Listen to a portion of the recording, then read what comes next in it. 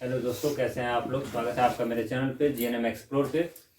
आज फिर से उसी को हम आगे बढ़ाते हैं, कम्युनिटी हेल्थ नर्सिंग को।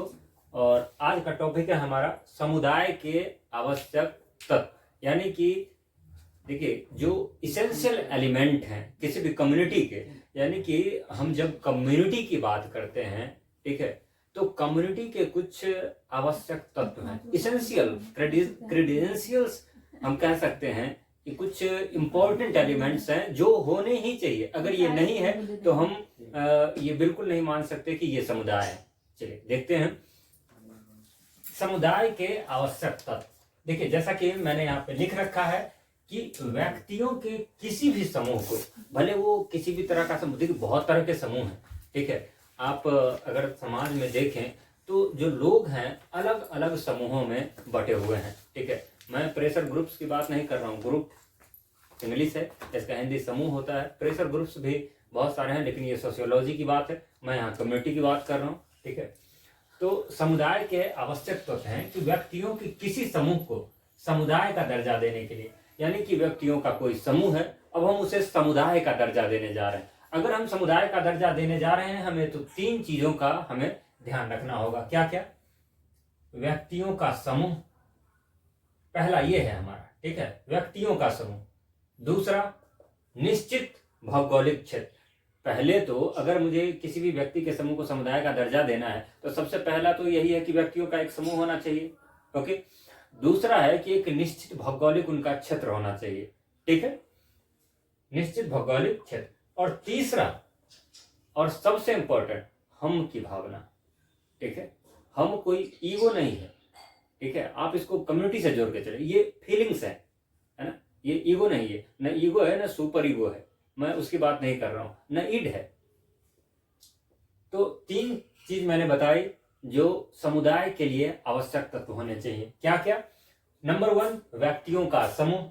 दूसरा, निश्चित भौगोलिक क्षेत्र। और तीसरा, हम की भावना। अब मैं तीनों को आपको डिफाइन करता हूं, है ना। ये तीनों है क्या?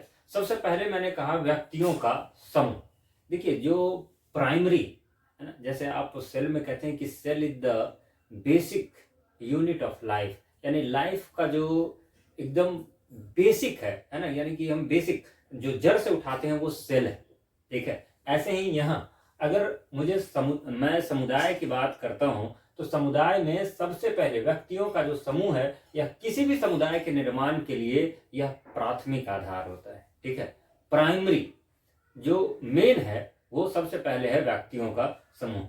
दूसरा है हमारा निश्चित भौगोलिक क्षेत्र।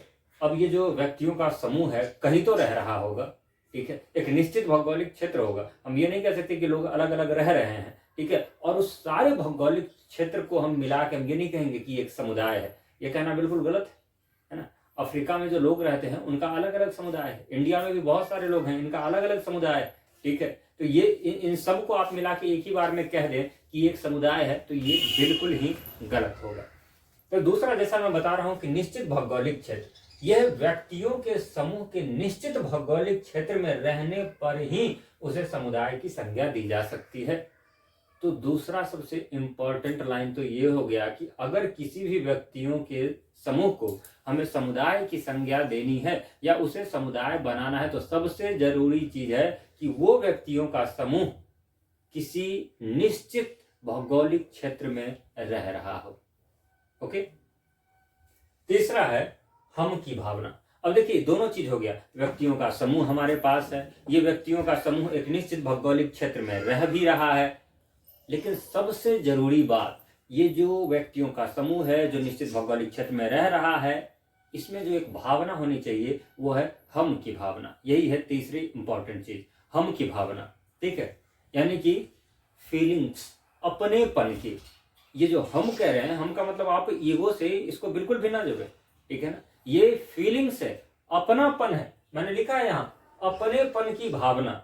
इसका मतलब है अपनेपन की भावना, ब्रदरहुड, भाईचारा जो हम कहते हैं, ठीक है, कि भाईचारा है, प्रेम है, हम उसकी मदद करते हैं, वो हमारी मदद करता है।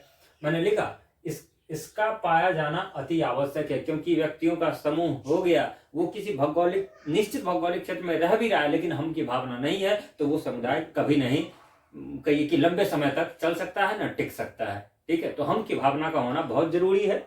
हम की भावना का तात्पर्य क्या है? अपनेपन की भावना, इसका पाया जाना अति आवश्यक है।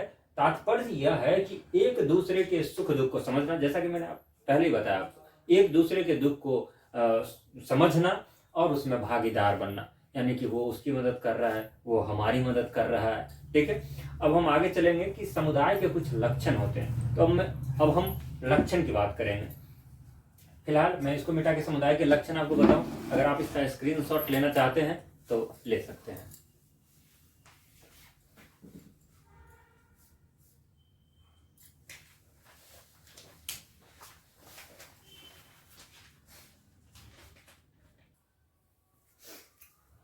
तो हम कंटिन्यू करते हैं, है ना। समुदाय के लक्षण, अभी मैंने आपको बताया समुदाय के आवश्यक तत्व। इसके बाद हमारा टॉपिक है समुदाय के लक्षण। ये इंपॉर्टेंट, समुदाय के लक्षण आपको आना चाहिए। देखिए यहाँ पे लिखा हुआ है समुदाय के लक्षण। सबसे पहले हम एक एक करके आपको बताते हैं, 8 हैं, एक एक करके सबके बारे में जानेंगे। सबसे पहले है समुदाय के लक्षण में प्राकृतिकता, नेचुरलिटी। ठीक है, प्राकृतिकता, नेचुरलिटी। ये नेचुरलिटी क्या है? आप जानते हैं कि समुदाय की जो उत्पत्ति है प्राकृतिक रूप से स्वतः ही होती है, खुद ही होती है। ठीक है, किसी भी समुदाय की जो उत्पत्ति है वो प्राकृतिक रूप से ही होगी और खुद होगी।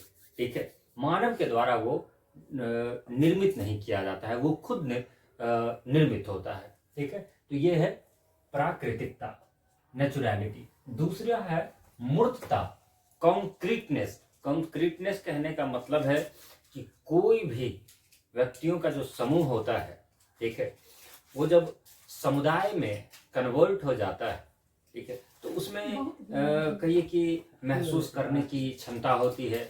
वो सोच सकता है, देख सकता है, महसूस कर सकता है। यानी कि हम ये कह सकते हैं कि समुदाय कल्पना मात्र नहीं होता है। ठीक है, समुदाय जो है एक मूर्त संगठन है। ठीक है, इसीलिए यहाँ पे कहा गया मूर्तता, कंक्रीटनेस। दूसरा है सामान्य जीवन, कॉमन लाइफ।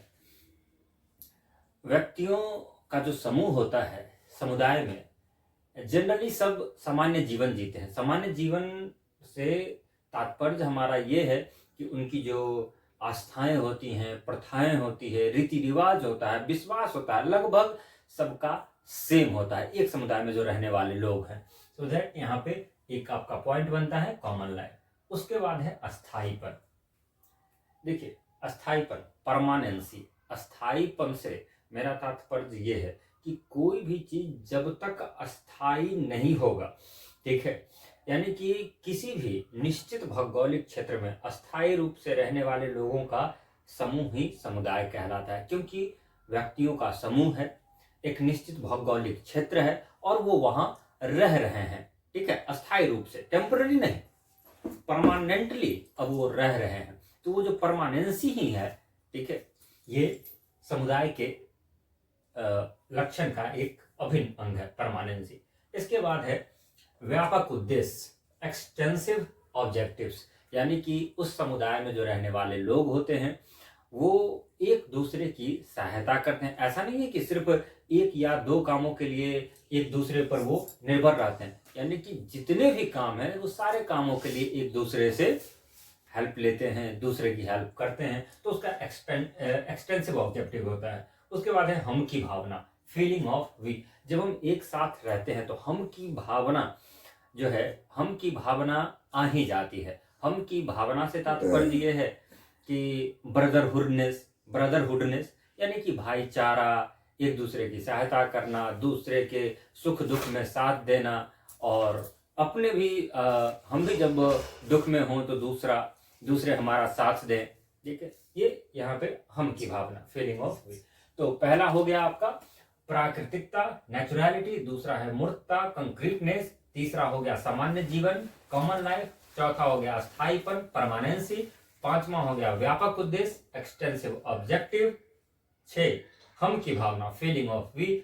और 7 है विशिष्ट नाम, पार्टिकुलर नेम। आप जानते हैं व्यक्तियों का जो समूह है जब वो समुदाय में कन्वर्ट होता है तो उसका एक पार्टिकुलरली नेम होता है। और वो जो नेम है उसी नेम के द्वारा वो दूसरे लोगों के द्वारा जाने जाते हैं, या अन्य समुदाय के लोग उन्हें उन्हीं नाम से जानते हैं। तो एक पार्टिकुलर नेम होता है, उनका एक नाम होता है, विशिष्ट नाम होता है।